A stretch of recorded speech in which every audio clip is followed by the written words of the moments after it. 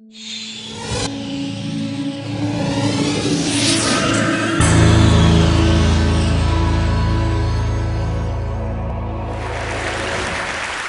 all know the truth of what I'm going to say. I think the intuition that inequality is divisive and socially corrosive has been around since before the French Revolution. What's changed is we now can look at the evidence, we can compare societies, more and less equal societies, and see what inequality does. I'm going to take you through that data and then explain why the links that I think I'm going to be showing you exist.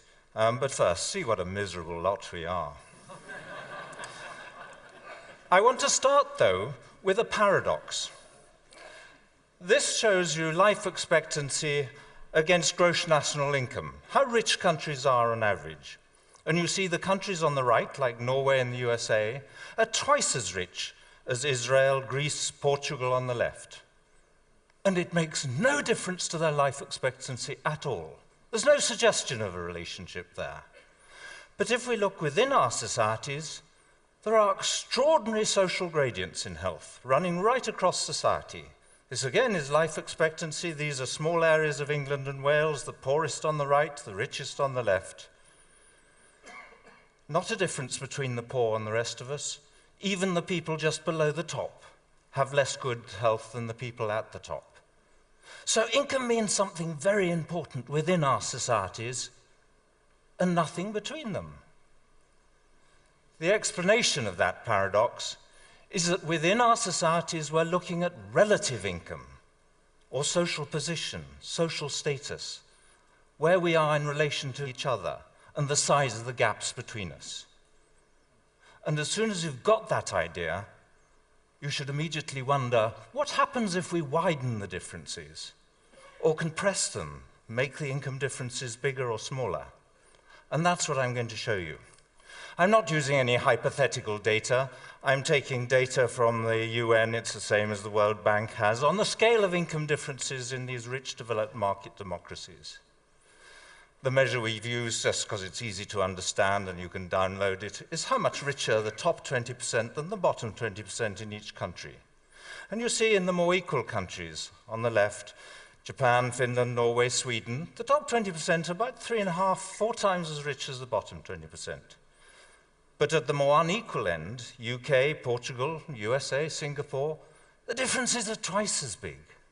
On that measure, we are twice as unequal as some of the other successful market democracies.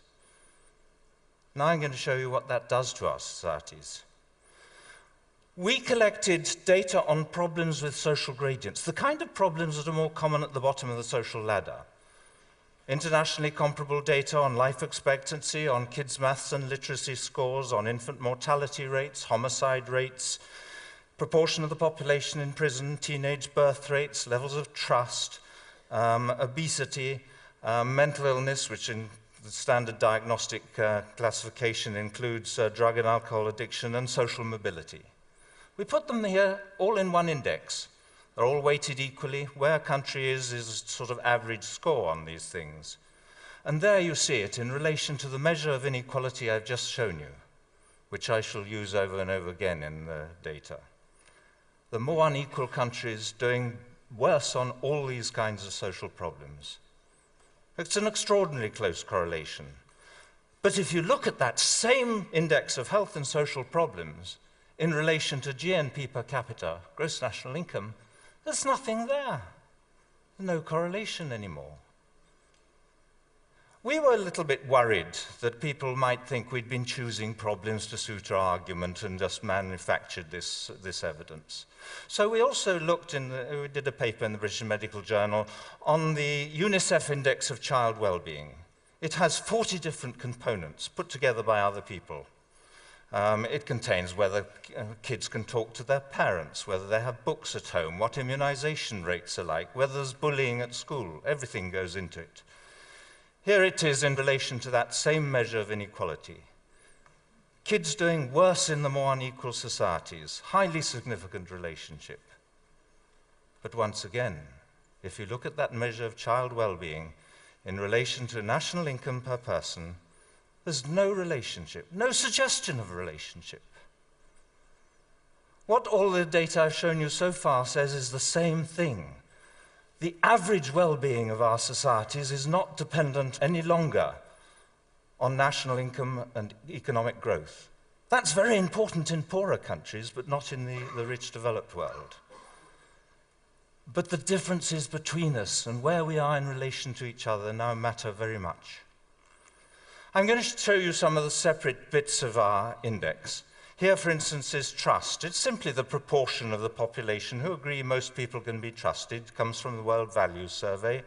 You see at the more unequal end, it's about 15% of the population who feel they can trust others. But in the more equal societies, it rises to 60 or 65%. And if you look at measures of involvement in community life or social capital, very similar relationships, closely related to inequality. I may say we did all this work twice. We did it first on these rich developed countries, and then as a separate test bed, we repeated it all on the 50 American states, asking just the same question. Do the more unequal states do worse on all these kinds of measures? So here is trust from the General Social Survey of the federal government related to inequality. Very similar scatter over a similar range of levels of trust. Same thing is going on. Basically, we found that almost anything that's related to trust internationally is related to trust amongst the 50 states in that separate test bed. We're not just talking about a fluke. This is mental illness. WHO put together figures using the same diagnostic interviews on random samples of the population to allow us to compare rates of mental illness in each society. This is the percent of the population with any mental illness in the preceding year. And it goes from about 8% up to 3 times that. Whole societies with 3 times the level of mental illness of others. And again, closely related to inequality. This is violence.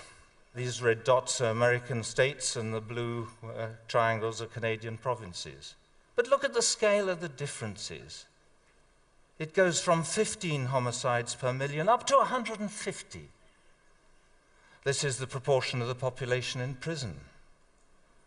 There's about a 10-fold difference there, log scale up the side, but it goes from about 40 to 400 people in prison. That relationship is not mainly driven by more crime. In some places that's part of it. But most of it is about more punitive sentencing, harsher sentencing. And the more unequal societies are more likely also to retain the death penalty. Here we have children dropping out of high school. Again, quite big differences, extraordinarily damaging if you're talking about using the talents of the population. This is social mobility. It's actually a measure of mobility based on income.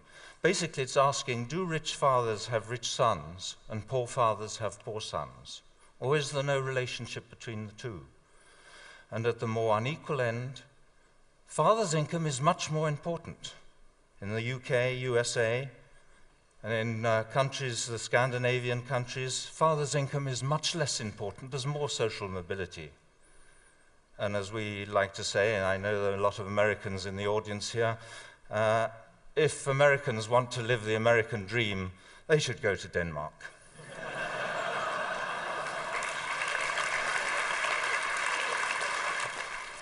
I've shown you just a few things in italics here. I could have shown you a number of other problems. They're all problems that tend to be more common at the bottom of the social gradient.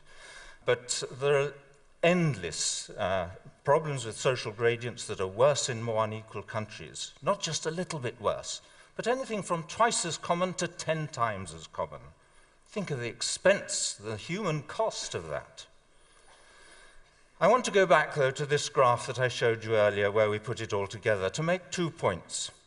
One is that in graph after graph, we find that the countries that do worst, whatever the outcome, seem to be the more unequal ones. And the ones that do well seem to be the Nordic countries and Japan. So what we're looking at is general social dysfunction related to inequality. It's not just 1 or 2 things that go wrong, it's most things. The other really important point I want to make on this graph is that if you look at the bottom, Sweden and Japan, they're very different countries in all sorts of ways. The position of women, how closely they keep to the nuclear family. They're at opposite ends of the poles in terms of the rich developed world. But another really important difference is how they get their greater equality. Sweden has huge differences in earnings, and it narrows the gap through taxation, generous welfare states, generous benefits, and so on. Japan is rather different, though. It starts off with much smaller differences in earnings before tax. It has lower taxes. It has a smaller welfare state. And in our analysis of the American states, we find rather the same contrast. There are some states that do well through redistribution, some states that do well because they have smaller income differences before tax. So we conclude that it doesn't much matter how you get your greater equality as long as you get there somehow. I'm not talking about perfect equality, I'm talking about what exists in rich, developed market democracies. Another really surprising part of this picture is that it's not just the poor who are affected by inequality. There seems to be some truth in John Donne's "No Man is an Island." In a number of studies, it's possible to compare how people do in more and less equal countries at each level in the social hierarchy. This is just one example. It's infant mortality. Some Swedes very kindly classified a lot of their infant deaths according to the British Registrar General's socioeconomic classification. And so it's anachronistically a classification by father's occupation, so single parents go on their own. But then the low, where it says low social class, that's unskilled manual occupations. It goes through towards the skilled manual occupations in the middle, then the junior non-manual, going up the high to the professional occupations, doctors, lawyers, directors of larger companies. You see there that Sweden does better than Britain all the way across the social hierarchy.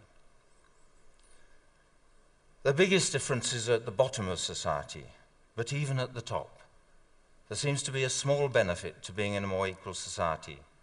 We show that on about 5 different sets of data covering educational outcomes and health in the United States and internationally.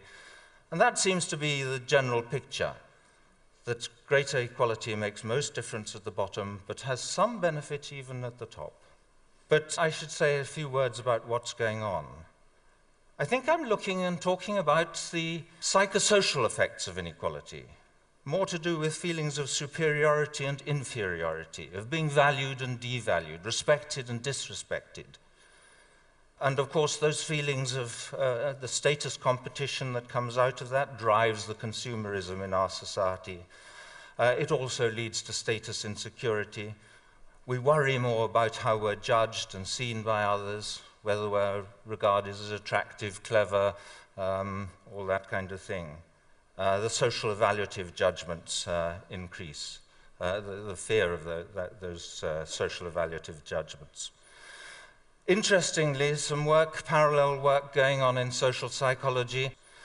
Some people reviewed 208 different studies in which volunteers had been invited into a psychological laboratory and had their stress hormones, their responses to doing stressful tasks measured.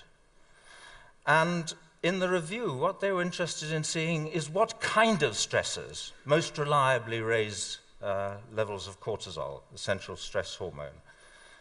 And the conclusion was it was tasks that included social evaluative threats to self-esteem or social status in which others can negatively judge your performance.